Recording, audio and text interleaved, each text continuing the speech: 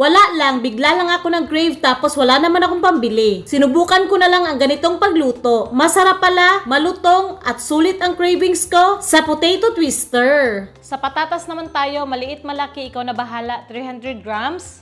At syempre, bago natin ito balatan, nag-prepare na ako ng tubig na may asin dito sa gilid. Syempre, babalatan natin. Ayan, nabalatan ko na. Hiwain natin to ng maninipis.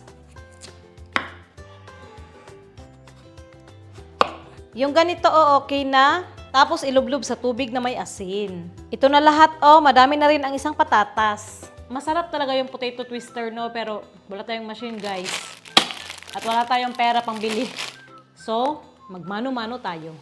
Barbecue stick.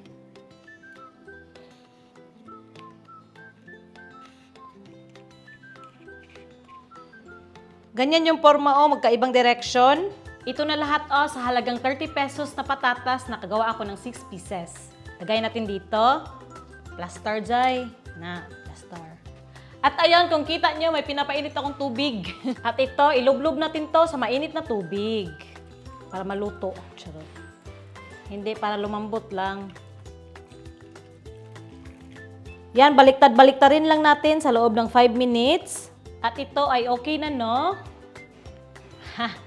Tapos itusok natin dito. Para-paraan na lang yun, guys, no? Ana.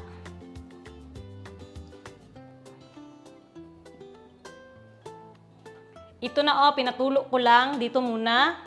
Patutuyuin natin sa harap ng electric fan. Habang pinapatuyo natin yon, saglit lang naman.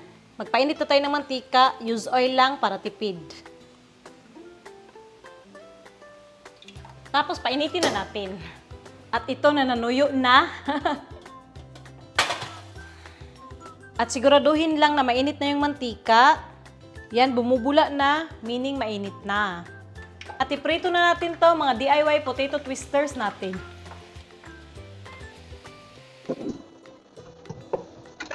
Crispy! Update lang, Crispy na to, tingnan nyo, hanguin na natin. Ayan. Di ba ang saya gawin? Subukan natin tong walang timpla. Ang sarap, napakalutong. Kasi gusto ni mo, ma'am, cheese powder. Bura na tong cheese powder, ma'am. Namian ni, uy. Wow. Bitaw. Na good. Ano, ma'am? Gusto mo ng asin? Magtiis ka sa rock salt. Why iodize?